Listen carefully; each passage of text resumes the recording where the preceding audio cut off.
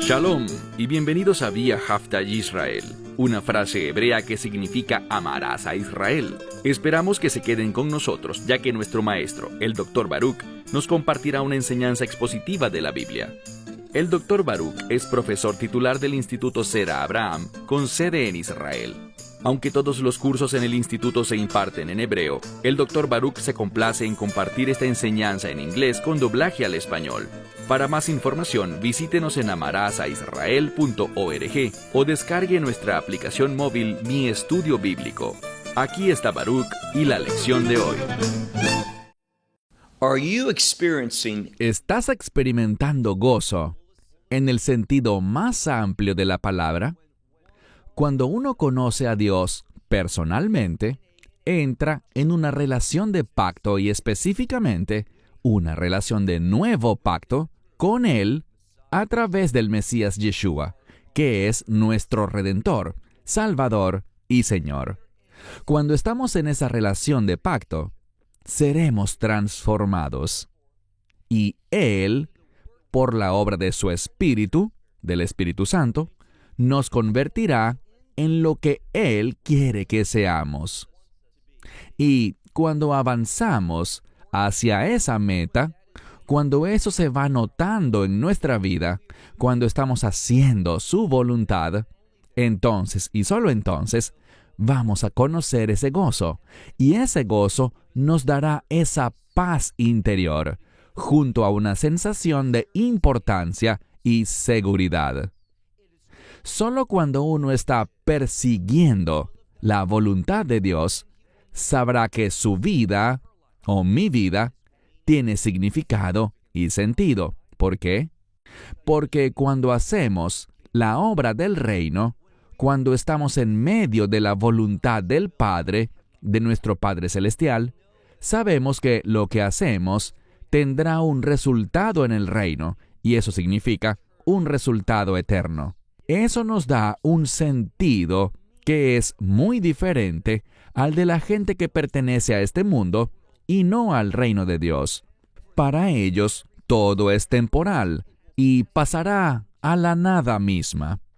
Pero para nosotros, quienes estamos sirviendo al Dios viviente, caminando en su verdad, para nosotros tiene un significado eterno, porque el reino de Dios es por la eternidad.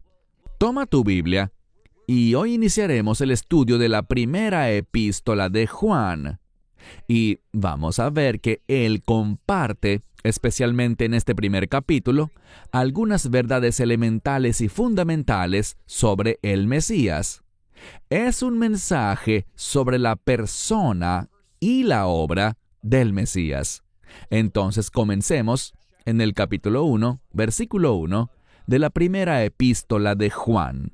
Leemos: lo que era desde el principio. Dios, desde antes de la fundación del mundo, es decir, antes de la creación, antes de que existiera el tiempo, Dios tenía este propósito. Nada sorprende a Dios. Dios entiende todas las cosas. ¿Desde cuándo lo entiende todo? Nunca hubo un momento en que no lo hiciera. Él es omnisciente. Él tiene conocimiento perfecto.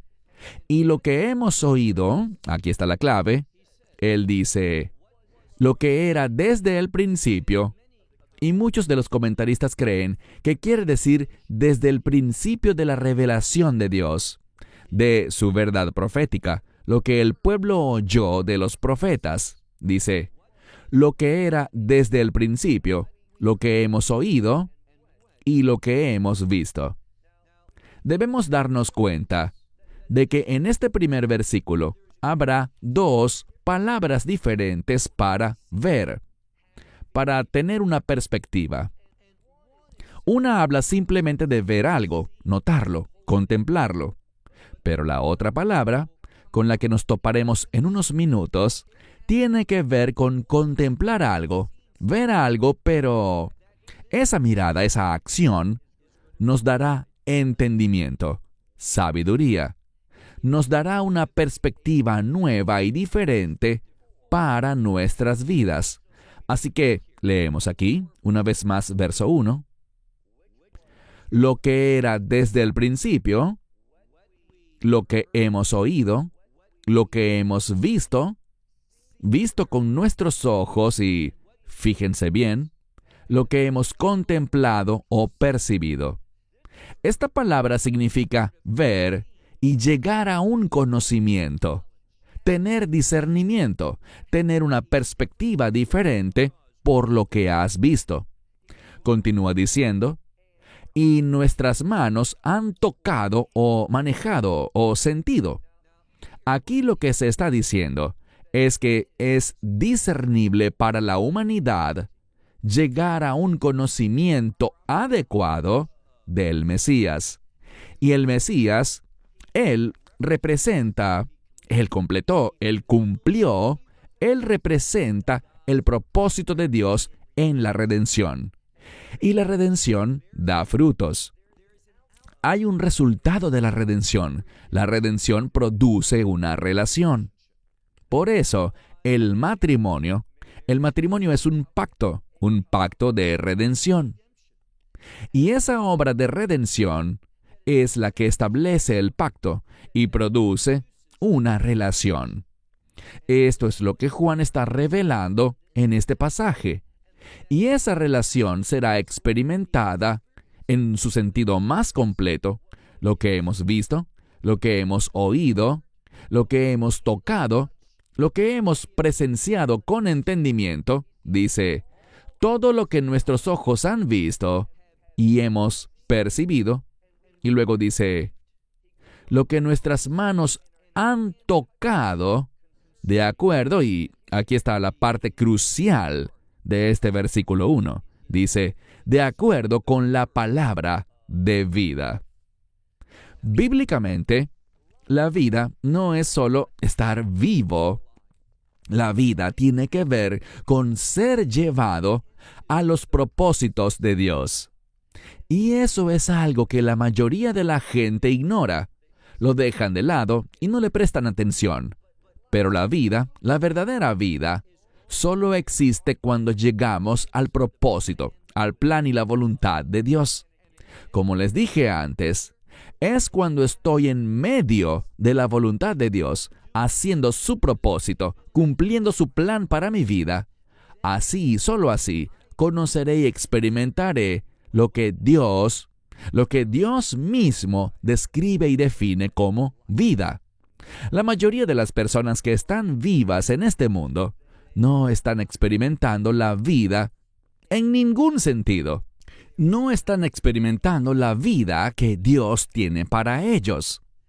Y la enseñanza en esta conclusión, al final del verso 1, es que que puede ser visto y oído, quien fue tocado, palpado y contemplado, este es la fuente de vida, la fuente de vida verdadera. Así que dice, y nuestras manos han tocado a la palabra de la vida. Versículo 2. Y la vida fue manifestada, y la hemos visto, y les hemos testificado, y la hemos proclamado a ustedes. Y fíjense que no dice solamente vida, sino vida eterna.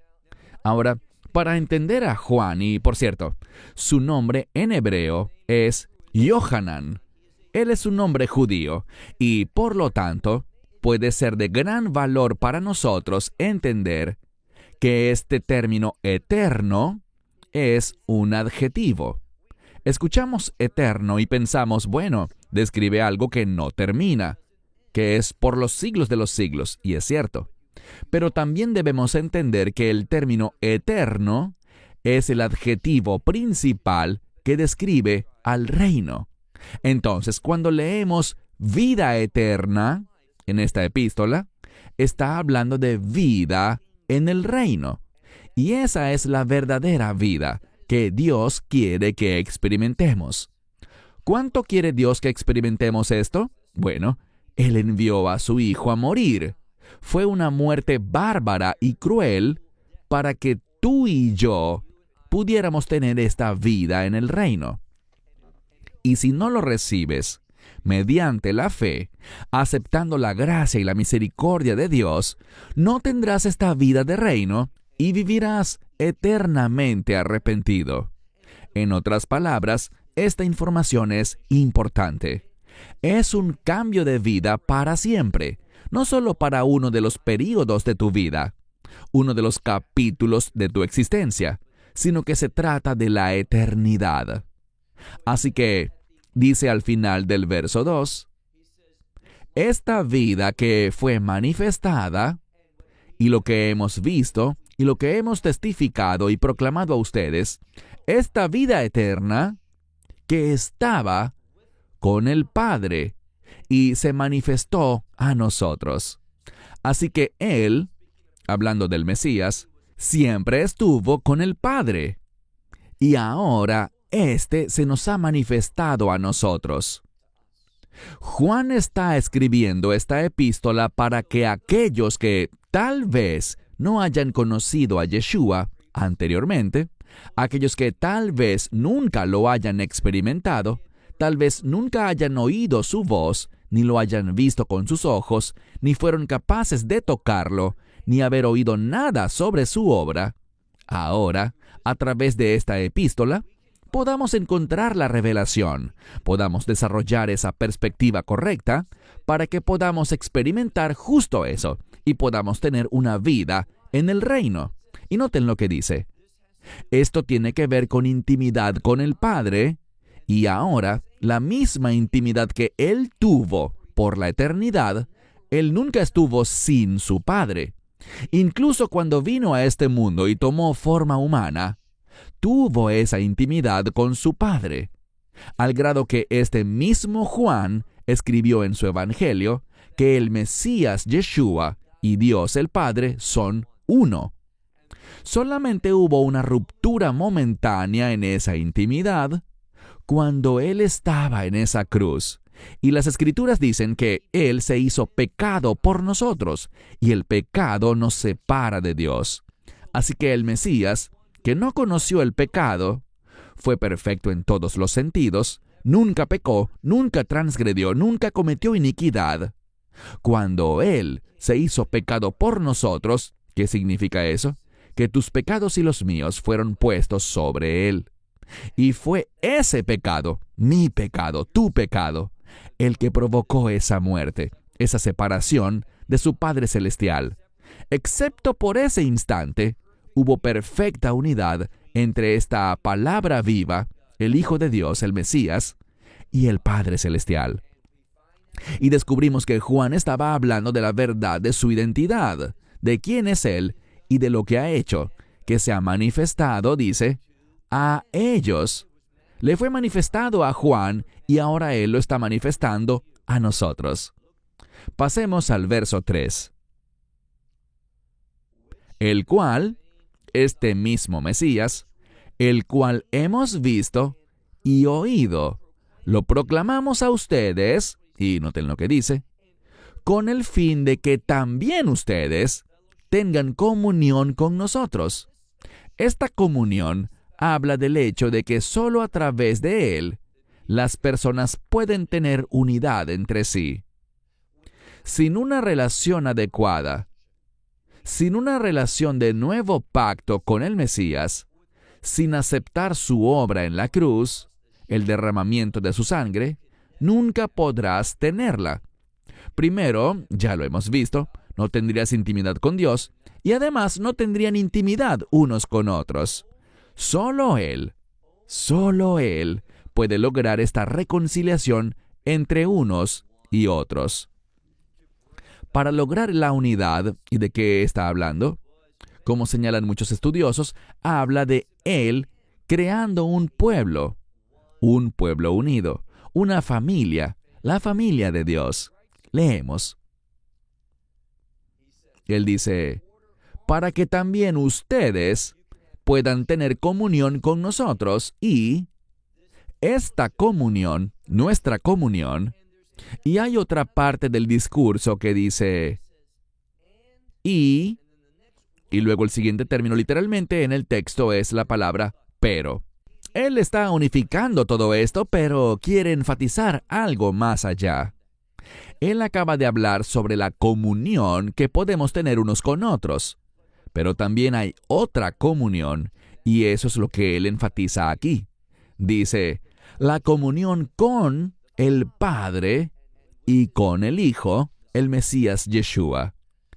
Esto es lo que él está enfatizando, esta comunión que podemos tener por medio de su Hijo, el Mesías, de quien habla Juan, de que era desde el principio, de quien hemos oído por el mensaje de los profetas, y a quien hemos visto en persona en el tiempo cuando nos visitó. Y ahora Juan y otros están testificando, dando testimonio a estos individuos sobre la persona y la obra del Mesías. Así que, para concluir este primer párrafo, nos dice, y estas cosas les escribimos, y noten esto, para que su alegría sea completa. Ahora, esto se remonta a algo con lo que comenzamos y es, ¿conoces el gozo en tu vida? ¿Tienes esa alegría? Una felicidad que no es producto de lo físico, de si tu vida va bien o no, si tienes las posesiones que deseas o no, sino que estamos hablando de un gozo que es sobrenatural, que no se basa en ningún elemento físico, sino que se basa en la intimidad, en estar en una relación con nuestro amoroso Dios viviente, que nos ama y quien entregó a su propio Hijo por nosotros, para cumplir la obra de redención. Él nos está hablando aquí de comunión con Dios, comunión entre nosotros, y todo esto se resume en un término que es gozo. Solo a través de la fe bíblica, respondiendo al mensaje del Evangelio, es que conocerás este gozo del cual Juan está hablando al final del versículo 4. Y notarás algo más que dice, para que tu gozo pueda ser completo. Esta palabra para que el gozo sea completo, lo importante de ella es que está en modo pasivo. ¿Qué significa? Que tú no puedes traer ese gozo a tu vida. No es algo que puedas hacer por ti mismo, ni algo que otro ser humano pueda hacer. Está en pasivo, pues el énfasis es que solo Dios puede hacerlo. ¿Y cómo lo hace Dios? Por medio de la obra de su Hijo. Es solo por medio de Él que puedes experimentar este gozo. Puedes buscarlo en todos los lugares que quieras, pero nunca lo hallarás.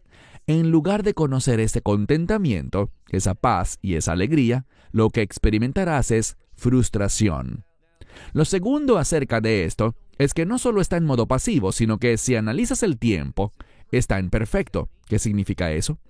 Que en el momento en que uno cree, ese gozo se liberará en tu vida. Es algo que, por ejemplo, yo he sido creyente por 30 años, así que ese gozo es algo con lo que he estado familiarizado en el pasado. Y ese mismo gozo está en mí ahora, en el presente.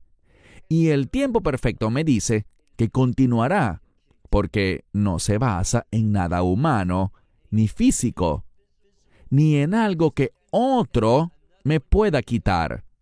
Mientras yo esté en este pacto, mientras yo conserve mi intimidad con Dios, ese gozo estará en mi vida.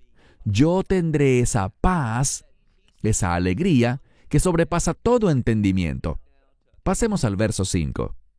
Dice, y este es el mensaje.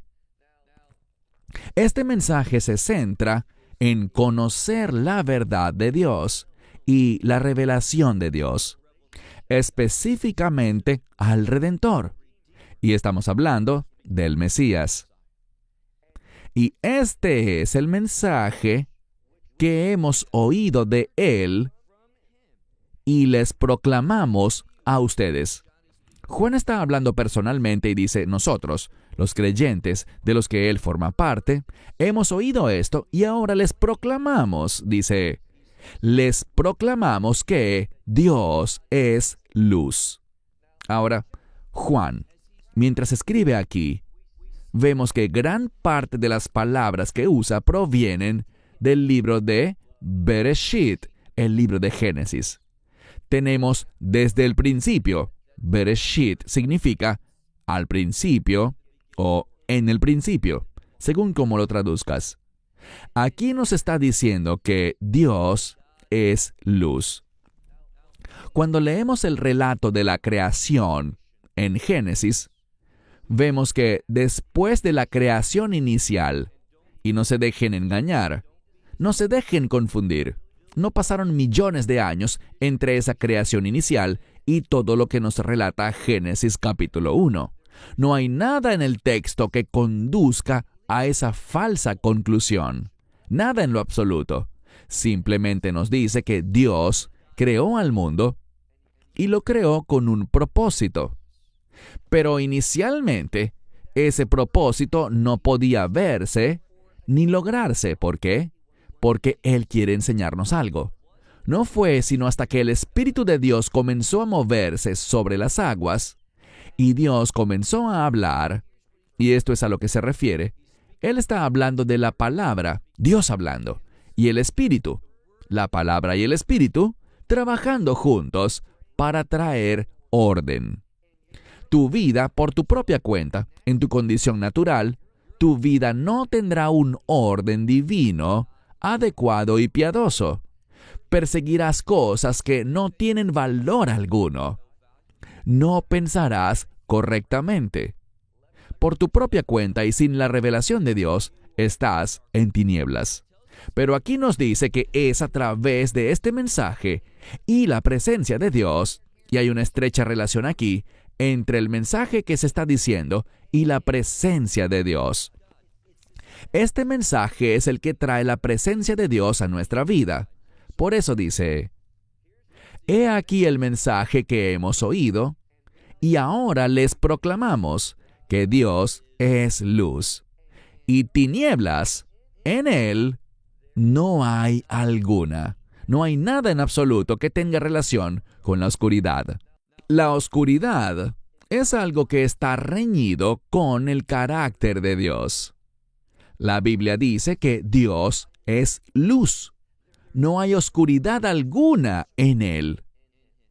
La oscuridad habla de confusión. La oscuridad es falta de comprensión. No hay percepción en la oscuridad. Es algo desconocido. No sabes lo que te rodea, lo que está pasando. Y Dios ha venido a través de la obra de su Hijo para que conozcamos la verdad, para que recibamos revelación y que podamos, de la misma manera. ¿Qué hizo Dios en el relato de la creación en Génesis 1? Él dijo, Vayehi Or, que significa que se haga la luz. Y a través de esa luz, las cosas comenzaron a tomar forma, al grado que al final Dios quedó muy complacido y dijo, he aquí, todo es bueno en gran manera, y la luz es la fuente de todo lo bueno, por lo que no hay oscuridad en él. Verso 6. Si decimos que tenemos comunión con Él y andamos en la oscuridad, ¿qué somos? Somos mentirosos. Ese es el problema. En Él, cuando buscamos su verdad, cuando estamos en esta relación de pacto con Él, no estamos en oscuridad. Pero esto es lo que nos está revelando. Cuando yo tomo una decisión, y uno de los mayores poderes que Dios le ha dado a los seres humanos es el poder de elegir. Entonces, cuando yo tomo esta decisión, elijo sabiamente y digo, yo quiero servir a Dios. Ese deseo, si es sincero, y dices, oh Dios, quiero servirte, quiero hacer tu voluntad, quiero estar comprometido con tus propósitos, quiero que mi vida esté bajo tu autoridad.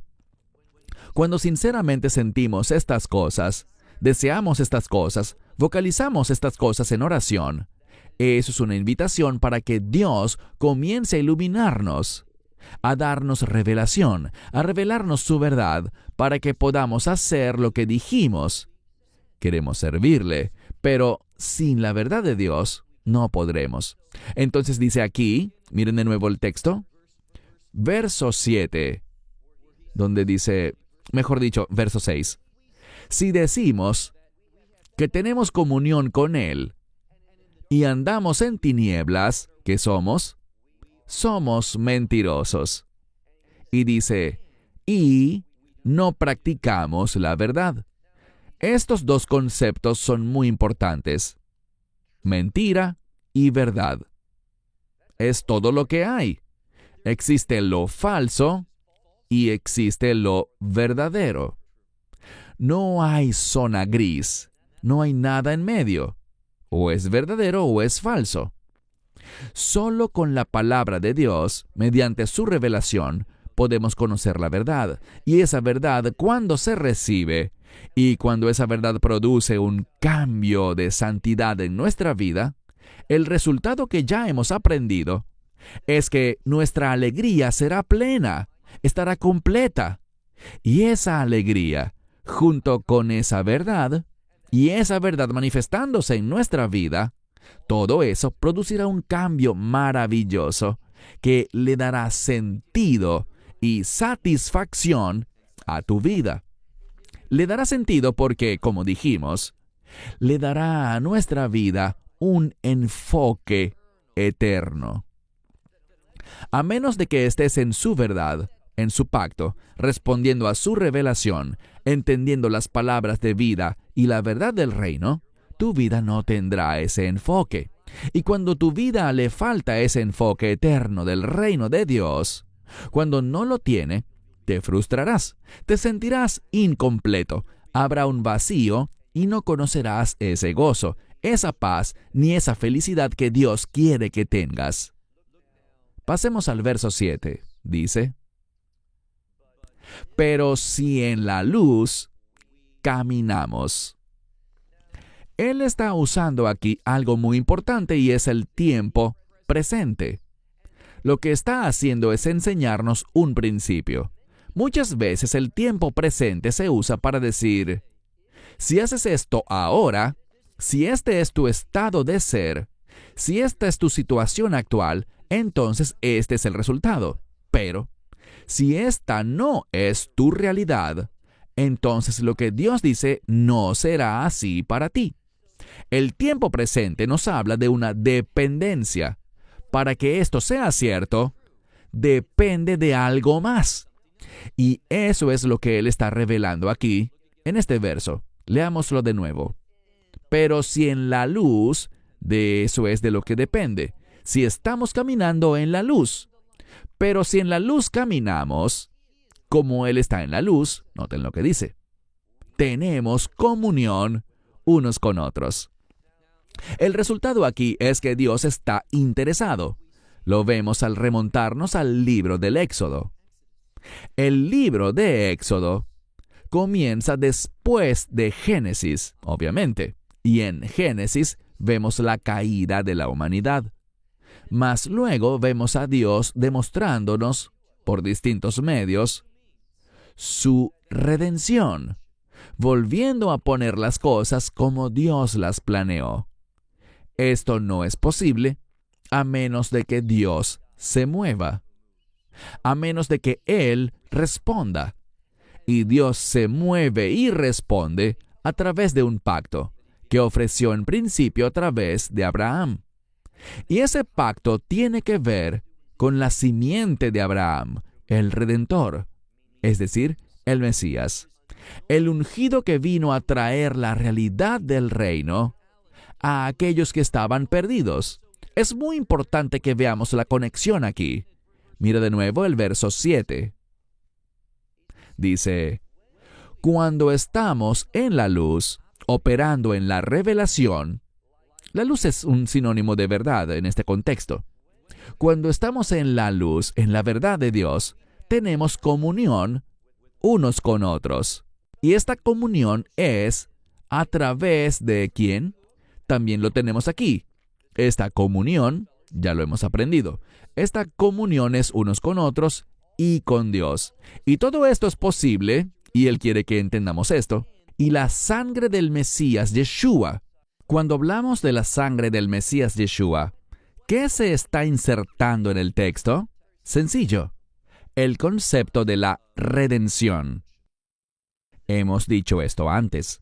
El Mesías vino como el Redentor. Una de mis escrituras favoritas es cuando el Mesías dice que el Hijo del Hombre no vino para ser servido, sino que en cambio vino para servir, para dar su vida como redención por la humanidad. Es decir, por ti y por mí. Si eres sabio, entenderás que no hay otra fuente para esa redención, y que desesperadamente tú y yo necesitamos esta redención. Solo así podremos tener comunión con Dios Padre, tener comunión unos con otros, y todo esto es el resultado de la obra redentora del Mesías. Por eso dice, y la sangre siempre está conectada con la redención, y la sangre del Mesías Yeshua, su Hijo, Él dice, nos purificará, esta sangre nos limpiará de todo pecado. Esa es una declaración poderosa, de que nos limpia de todo pecado. ¿Por qué eso es importante? Porque esto nos brinda seguridad. Eso es lo que debemos memorizar y tener siempre presente, que la redención que proporciona la sangre del Mesías me purifica eternamente. Me permite ser parte para siempre de la familia de Dios. Ese es el poder de la obra del Mesías, y es por eso que podemos tener, como dije antes, esta bendición tan importante. Y me refiero a tener seguridad. Lo podemos saber. No tenemos dudas. No tenemos esperanzas vanas como cuando decimos, espero que esto sea verdad, pero no estoy seguro. Eso no es lo que dice la Biblia. La Biblia nos da seguridad. Estas cosas no son promesas inciertas, sino promesas garantizadas por la boca de Dios.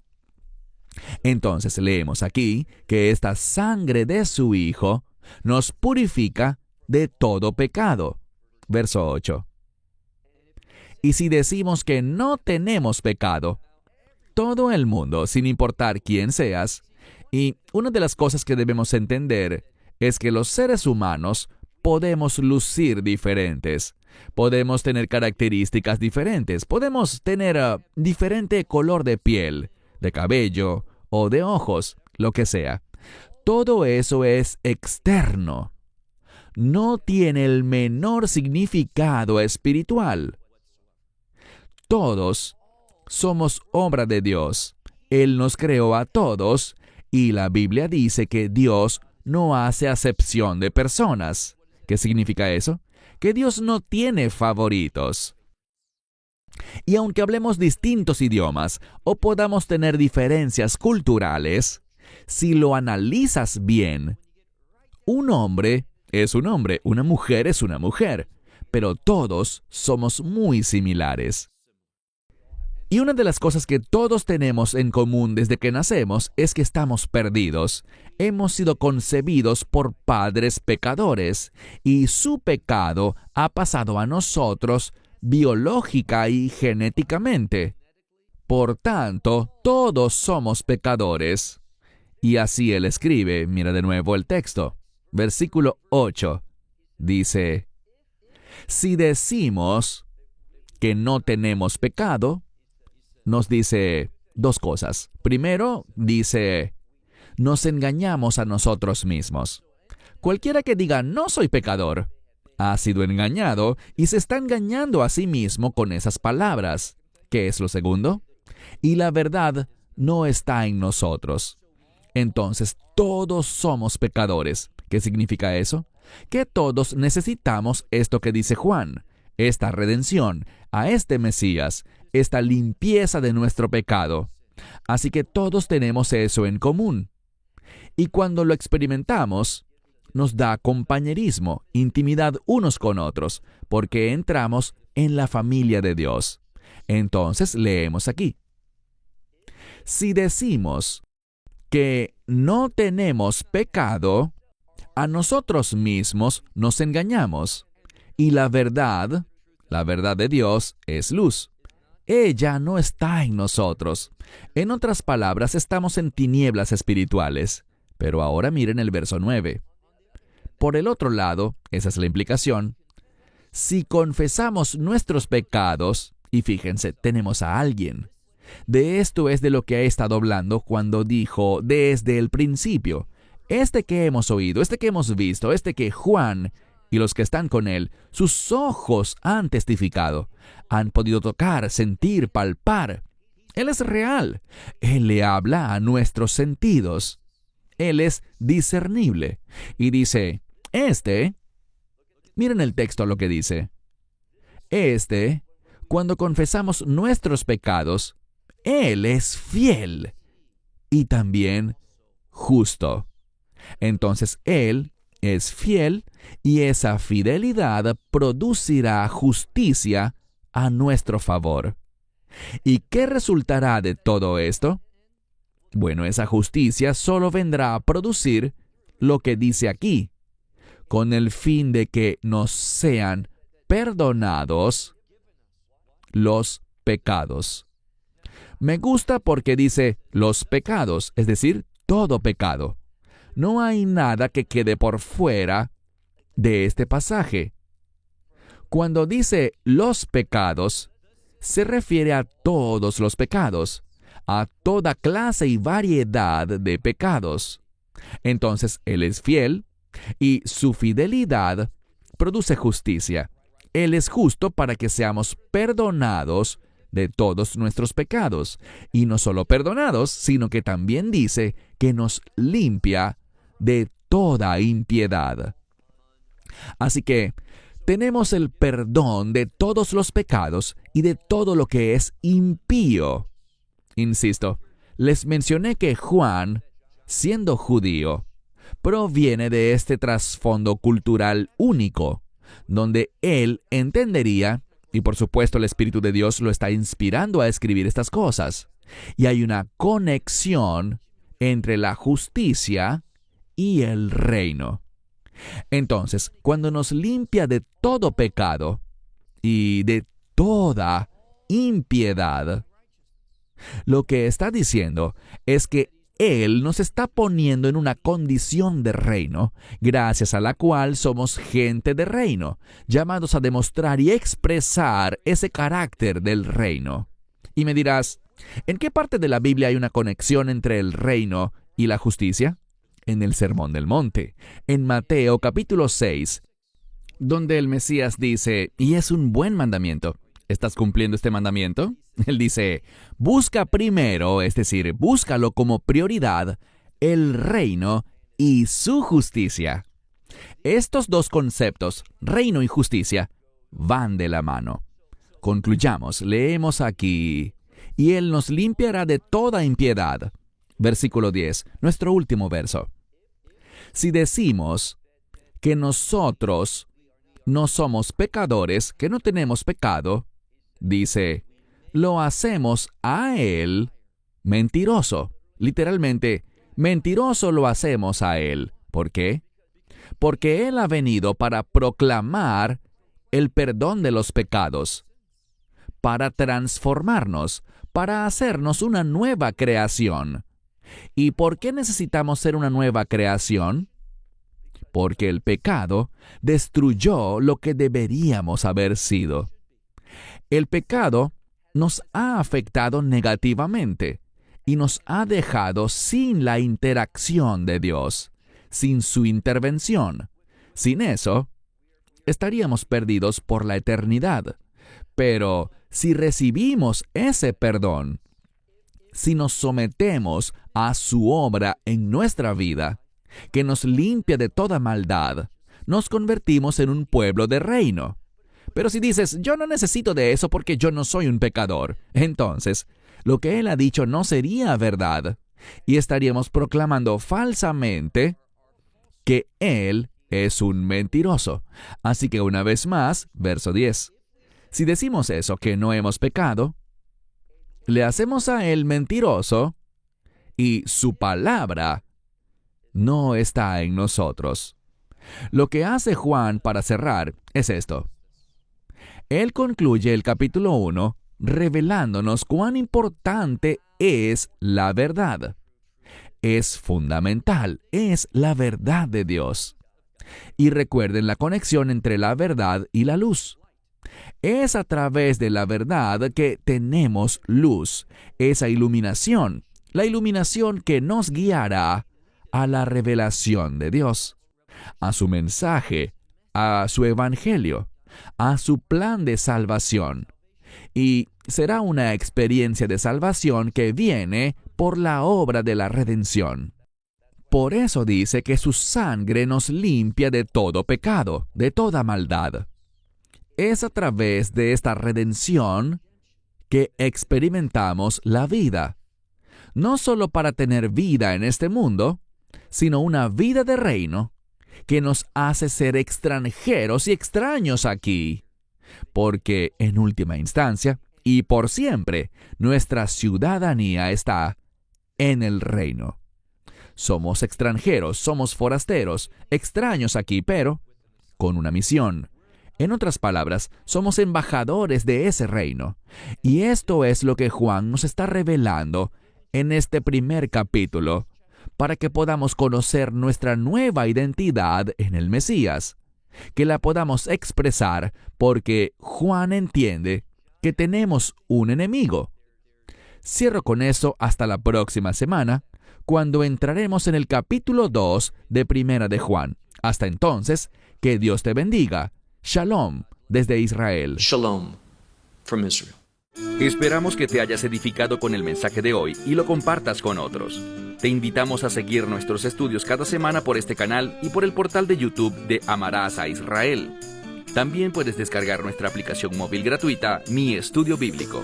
Finalmente, para obtener más información sobre nosotros, visita nuestra web amarasaisrael.org, donde encontrarás otras conferencias de Baruch en audio, video y texto. Hasta el próximo programa. Que el Señor te bendiga en Yeshua HaMashiach, Jesús el Mesías, mientras caminas con Él. Shalom desde Israel.